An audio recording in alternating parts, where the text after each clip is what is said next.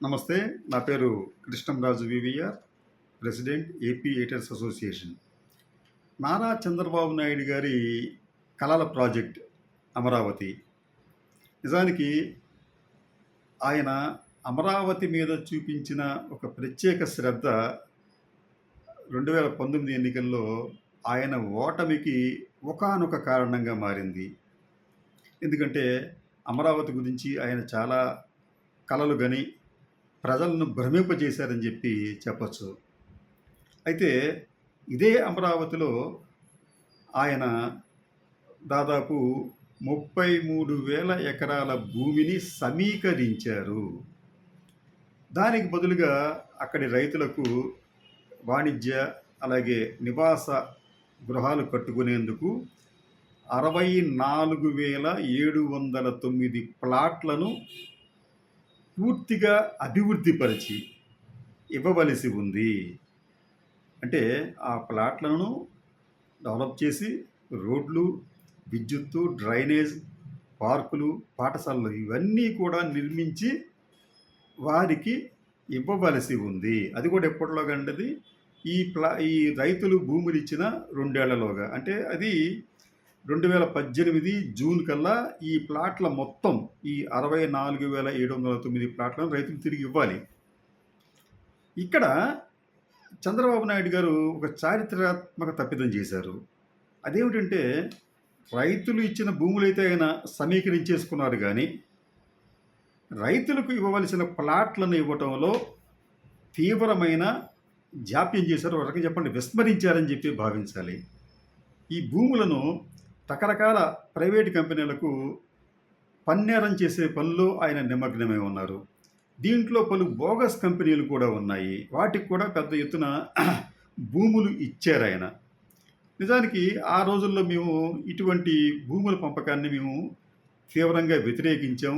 రైతులను కూడా సమాయత్తం పరిచాం, వారితో మీటింగ్లు సమావేశాలను పెట్టాం. ఇటువంటి కంపెనీల్లో ఒకటి ఇండో యూకే హెల్త్ కేర్ అని చెప్పి ఒక బోగస్ సంస్థ ఉంది. దానికి మీరు 150 ఎకరాలు ఇస్తున్నారు, అది భావ్యం కాదని చెప్పి కూడా ఆయనకి చెప్పాం. అయితే సహజంగానే పాలకులు ఎప్పుడూ కూడా సామాన్యుల మాటలను పెడచెవిని పెడుతూ ఉంటారు. మనలాంటి వాళ్ళ బాధ అనేది ఒక అరణ్య రోదనగానే మిగిలిపోతుంది. ఆ రోజున చంద్రబాబు నాయుడు గారు కాదు, ఎవరూ కూడా పాలకులు ఎవరు కూడా వినరు. అటువంటి సహజ లక్షణం కలిగిన చంద్రబాబు నాయుడు గారు వినలేదు. ఇటువంటి బోగస్ కంపెనీలతో పాటు అయినా సింగపూర్కు చెందిన సెంబ్ కార్ప్ అసెండా సింగ్ బ్రిడ్జ్ అనే ఈ 3 కంపెనీల కన్సార్టియంకి 1,691 ఎకరాలు ఇచ్చారు కోర్ క్యాపిటల్ పేరుతో. వారు పైసా కూడా ఇక్కడ పెట్టుబడి పెట్టలేదు. ఆ పేరు చెప్పి వారు వచ్చేస్తున్నారు సింగపూర్ కంపెనీ వాళ్ళు అని చెప్పి అక్కడున్న భూములకు విలువ పెంచే ప్రయత్నాన్ని చంద్రబాబు నాయుడు గారు చేసే ప్రయత్నం చేశారు. కానీ ఆ సింగపూర్ కంపెనీల వారు మనకన్నా తెలివైన వారు. వారు వెయిట్ అండ్ సీ, వచ్చే ఎన్నికల్లో చంద్రబాబు నాయుడు గారు వస్తారా లేదు చూద్దాం అన్నట్టుగా వాళ్ళు వెయిట్ చేశారు. వారికి భూమి దఖలుపరిచినప్పటికీ, ఎంతంటే 1,691 ఎకరాల భూమిని దఖలుపరిచినప్పటికీ అక్కడికి వారు వచ్చి ఒక్క ఇటుక వేసిన పాపాన పోలేదు. ఇటువంటి తప్పులు అక్కడ ఎన్నో జరిగాయి. అయితే అప్పట్లోనే మేమేం చెప్పామంటే, ముందు మీరు ఈ భూముల పంపకాన్ని తర్వాత చేయండి. ముందు మీరు రైతులకు అభివృద్ధి చేసి ఇస్తామన్న ఆ ప్లాట్లను వారికి రిజిస్ట్రేషన్ చేయండి, వారికి అప్పగించండి, వాటిని వారే డెవలప్ చేసుకుంటారు అని చెప్తే అది తప్ప ఆయన మిగతా అన్నీ చేశారు ఆయన. నిజానికి ఈ 64,709 కమర్షియల్ అండ్ రెసిడెన్షియల్ ప్లాట్లలో 39,221 ప్లాట్లకు మాత్రమే రిజిస్ట్రేషన్లు చేయించారు. మిగతా 25,488 ప్లాట్లు ఇంకా పెండింగ్లో ఉన్నాయి, అప్పటికి కూడా పెండింగ్లో ఉన్నాయి. అయితే ఇక్కడ మరి ఒక చోద్యం ఏమిటంటే, ఈ 39,221 ప్లాట్లకు రిజిస్ట్రేషన్ అయితే చేయించారు, కానీ దాంట్లో ఒక్క ప్లాటును కూడా రైతుకు చూపించి, హద్దులు చూపించి, ఇది నీ స్థలం, ఇక్కడ నువ్వు కట్టుకో అని చెప్పిన పాపాన పోలేదు. అది కేవలం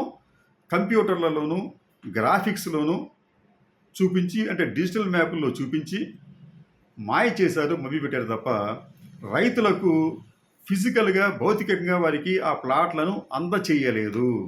అలా అందచేసి ఉంటే ఎప్పుడు 2018 జులై కల్లా ఆ ప్లాట్‌లను వారికి అందచేసి ఉంటే అమరావతి పరిస్థితి వేరే విధంగా ఉండేది. ఎందుకు ఈ మాట చెప్తున్నానంటే, అమరావతిలో రాజధాని వస్తుందని చెప్పి తెలిసిన వెంటనే విజయవాడ, గుంటూరు హైవేకి 2 పక్కలా కూడా వేలాది నిర్మాణాలు ప్రైవేట్ వ్యక్తులే ప్రారంభించారు. ప్రభుత్వం ఎక్కడా జోక్యం చేసుకోలేదు. పెద్ద పెద్ద మల్టీ కాంప్లెక్స్‌లు నిర్మించారు, వాణిజ్య సముదాయాలు నిర్మించారు, గృహ సముదాయాలు నిర్మించారు. ఇవంతా చేసింది ఎవరంటే ప్రైవేటు వ్యక్తులు, సంస్థలే.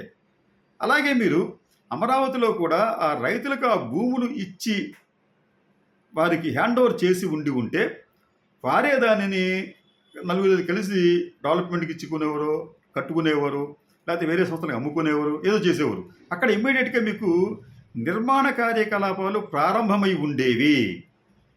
కానీ అటువంటి దానికి చంద్రబాబు నాయుడు తావివ్వలేదు. అప్పట్లో చంద్రబాబు నాయుడు గారు చాలా సందర్భాల్లో ప్రకటన చేస్తూ, నేను రైతులకు పాదాభివందనం చేస్తున్నాను, నన్ను చూసి మీరు ఇచ్చారు అని చెప్పి ఇటువంటి మాటలు చెప్పారే తప్ప రైతులకు మేలు చేసే విధంగా వారికి ఇవ్వవలసిన వాటా రెసిడెన్షియల్, కమర్షియల్ ప్లాట్ల రూపంలో వారికి ఇవ్వడంలో ఆయన ఘోరంగా విఫలమయ్యారు. ఫలితంగా అమరావతి ప్రాజెక్టు కూడా విఫలమయ్యింది. కాబట్టి మరోసారి అధికారం చేపట్టబోతున్న చంద్రబాబు నాయుడు గారు ఈ పారిశ్రామికవేత్తలకు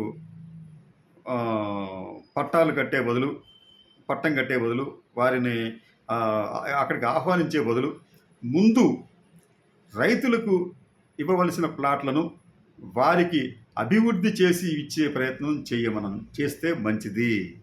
ఆ తర్వాత మిగతా భూముల గురించి ఆయన ఆలోచించుకోవచ్చు. అలా చేయకుండా మళ్ళీ మామూలుగానే రైతులను మభ్యపెట్టే విధంగా ప్రయత్నిస్తే ఈలోపు 5 ఏళ్ళు గడిచిపోతే మళ్ళీ చెప్పలేము, మళ్ళీ ప్రభుత్వం మారిపోతుందేమో, లేనిపోని తలకాయ నొప్పులు వస్తాయి. కాబట్టి చంద్రబాబు నాయుడు గారు యుద్ధ ప్రాతిపదికన అమరావతిలో రైతులకు న్యాయం చేస్తూ వారికి ఇవ్వవలసిన కమర్షియల్ రెసిడెన్షియల్ ప్లాట్లు పూర్తిగా అభివృద్ధి చేయడానికి ఆయన ప్రయత్నించాలి.